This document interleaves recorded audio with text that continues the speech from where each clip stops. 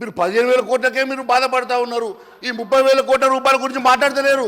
నేను ఎందుకు అంటున్నా అంటే అధ్యక్ష, వీళ్ళకు 15,000 30,000 కాదు అధ్యక్ష, మా మూసీ నది ఇవ్వలేదు అని ఒకటే బాధ ఉన్నది అధ్యక్ష వాళ్ళకి.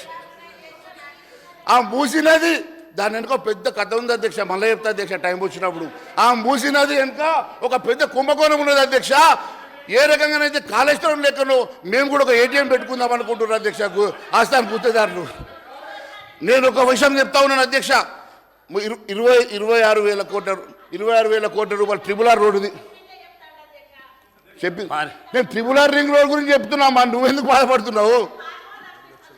ట్రిపుల్ ఆర్ గురించి మాట అదే.